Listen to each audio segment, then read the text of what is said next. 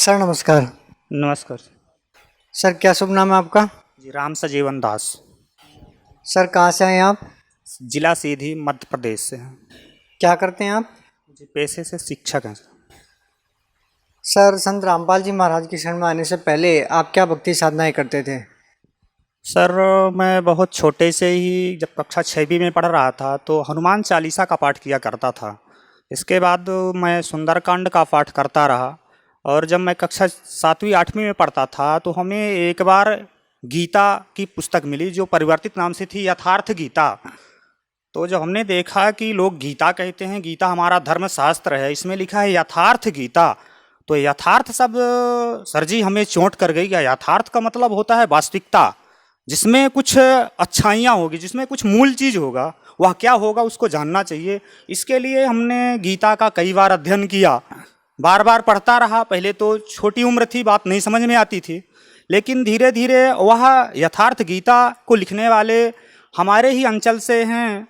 उनका एक बहुत बड़ा आश्रम है, बरचर आश्रम है सीधी जिले में, और उनका बहुत बड़ा आश्रम आपके उत्तर प्रदेश में है, सक्तेशगढ़ में। तो हम लोग उनसे उस पुस्तक के ज्ञान को समझ करके उनसे पास जाते थे और उनका सत्संग भजन सुनते थे। उनका कहना था, संत स्वामी अड़गड़ान जी महाराज जी हैं, उनका कहना था कि आप लोग गीता का ज्ञान पढ़ो। और सारे लोग कहते थे कि गीता जो है मानव मात्र का धर्मशास्त्र है, किसी एक मजहब और संप्रदाय का ग्रंथ नहीं है। तो यह सोच करके हमने उसका अध्ययन किया और उससे को पढ़ने से जो हमें समझ में आया वह यह था, कहता है कि किसी तत्वदर्शी संत की तलाश करें और तत्वदर्शी संत के तलाश के बाद उससे नाम उपदेश लेकर के और भजन करने से ही मानव मात्र का मोक्ष होता है। सर पहले जो साधनाएं आप करते थे उनको करने से आपको क्या लाभ मिला?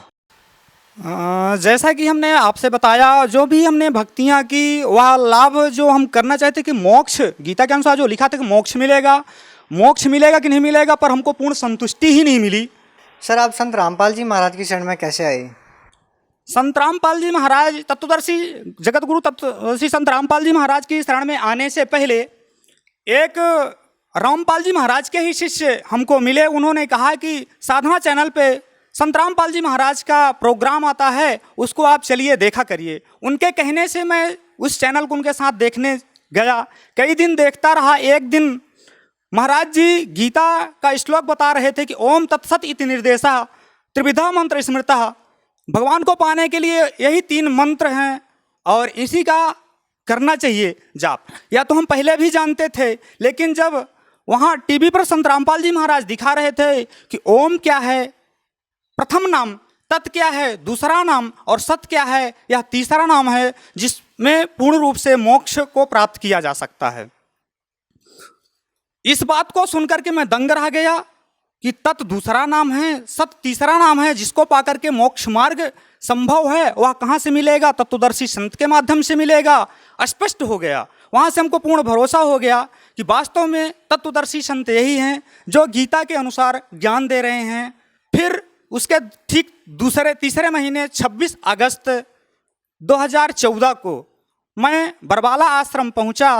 वहाँ पहुँचकर देखा, दरवाजे से ही भक्तों की व्यवहार को देख करके ऐसा लगा कि वास्तव में हम सही जगह आ गए हैं। आगे बढ़ते ही आश्रम में संत रामपाल जी महाराज के शिष्यों के द्वारा जो व्यवहार बर्ताव किया गया वो वास्तव में सराहनीय रहा।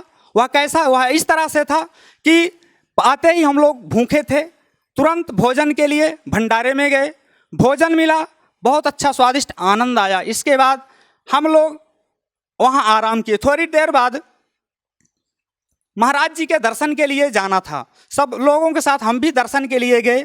महाराज जी सबको एक साथ, सबसे बड़ी चीज़ जो देखने को मिली कि सबको एक साथ एक समान व्यवहार से महाराज जी ने दर्शन दिया।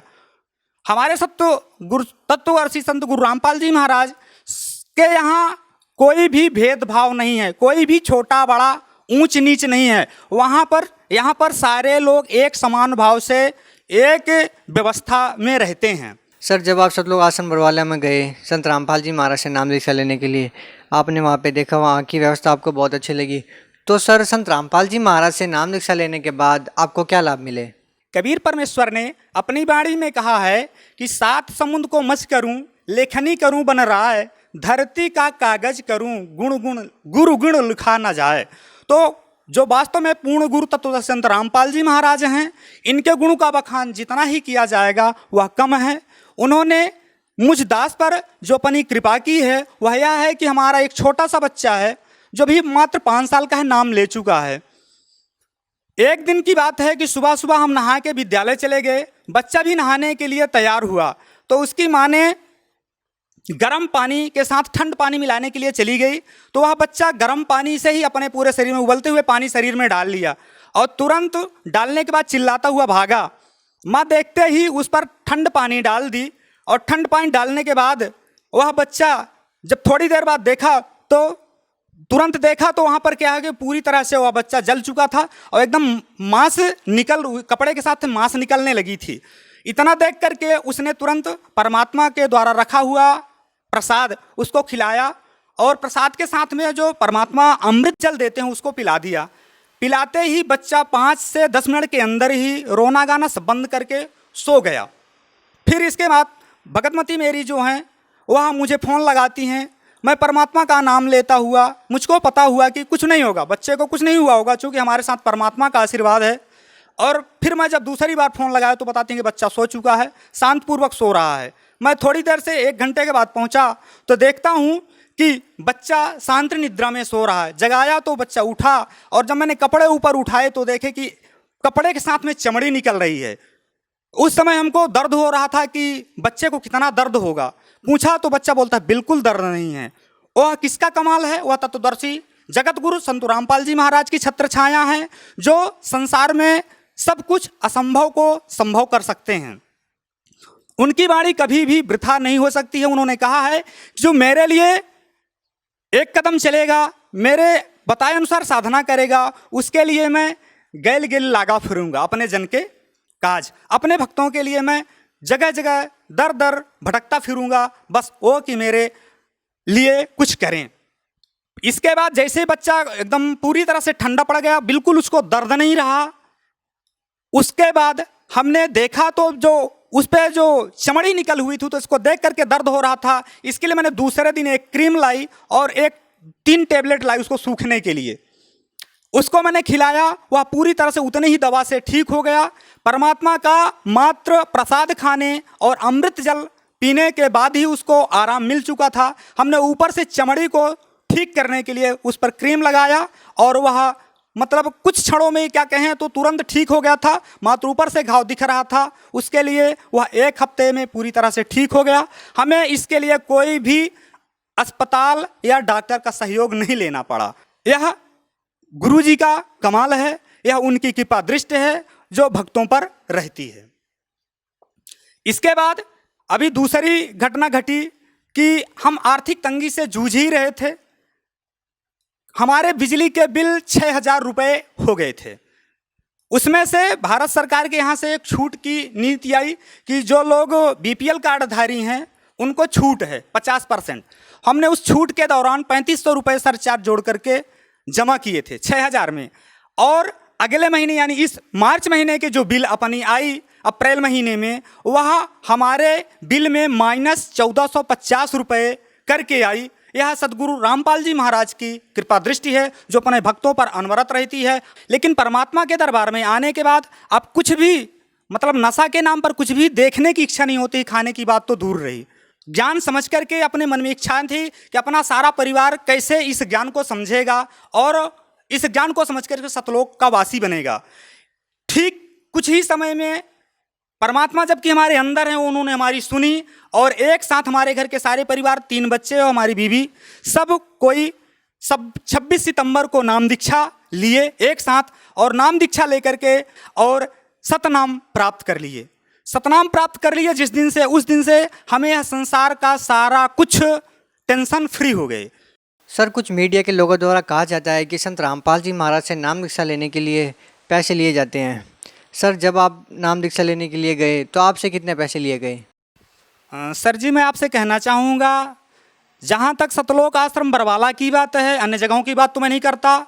यहाँ पर सच्चा ज्ञान मिलता है, सच्चा ज्ञान के बदले में यहाँ कुछ भी नहीं देना पड़ता है। जो लोग ऐसा कहते हैं कि यहाँ पैसे लगते हैं, मैं तो नहीं मानता हूँ, क्योंकि जब मैं आया हूँ यहाँ सारा कुछ, रहना खाना सब कुछ फ्री है, नामदान फ्री है, साथ में भक्तिबोध पुस्तक और भगवान के फोटो आदि सब फ्री मिलते हैं। संत रामपाल जी महाराज के बारे में ये भी कहा जाता है कि वो देव देवताओं की भक्ति छुड़वाते हैं। आपका क्या मानना है, क्या वास्तव में संत रामपाल जी महाराज देव देवताओं की भक्ति छुड़वाते हैं? सर मैं यह कहना चाहूँगा कि हमारे जो जगत गुरु तत्वदर्शी संत रामपाल जी महाराज हैं, वह भक्ति छुड़वाते नहीं हैं, बल्कि भक्ति करना बताते हैं। वह कैसे? जैसे हम संसार में भक्ति करते आ रहे हैं, सारा संसार भक्ति करता आ रहा है, लेकिन भक्ति की विधि क्या है यह किसी को पता नहीं है। पूरे ब्रह्मांड में किसी को पता नहीं है। वह किसको पता है? जो वास्तव में जगत गुरु तत्वदर्शी संत होगा, उसको ही भक्ति का विधि पता है। वह तत्वदर्शी संत रामपाल जी महाराज हैं। वो वेदों के अनुसार हमें भक्ति विधि बताते हैं, जिससे हमें पूर्ण मोक्ष मिलता है। आप भगत समाज को क्या संदेश देना चाहेंगे? भगत समाज को संदेश क्या हम निवेदन करना चाहते हैं, इस दास के माध्यम से निवेदन करना चाहते हैं कि यह संसार जो है आज कर्म कांडों में बिखरा फैला हुआ है। लोगों की कहा सुनी सुनाई बातों के अनुसार, या कि जैसे एक पंक्ति याद आ रही है कि लीक लीक गाड़ी चलें, लीक ही चलें कपूत, तीन छाड़ी मार्ग चलें, सायर सिंह सपूत।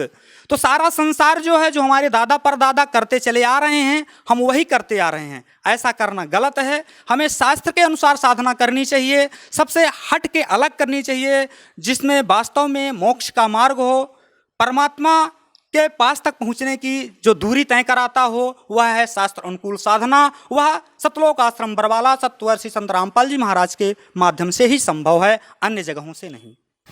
सर, जैसा कि अभी आपने बताया कि सतलोक आश्रम बरवाला में संत रामपाल जी महाराज से नाम दीक्षा लेने से ही मोक्ष संभव है, तो सर बरवाला की घटना के बाद सतलोक आश्रम बरवाला अभी बंद है, संत रामपाल जी महाराज अभी जेल में है, तो सर जो साधक संत रामपाल जी महाराज से जुड़ना चाहते हैं, उनसे नाम दीक्षा लेना चाहते हैं, वो उनसे कैसे जुड़ सकते हैं, नाम दीक्षा कैसे ले सकते हैं? देखिए, बात तो सही है, महाराज जी देखने के लिए हमारे जेल में हैं। वह जगत गुरु हैं, समूचे ब्रह्मांड के मालिक हैं। उन्होंने कुछ लीलाएं की है और समाज को दिखाना चाहते हैं, वह उनका मिशन है, वह जानते हैं।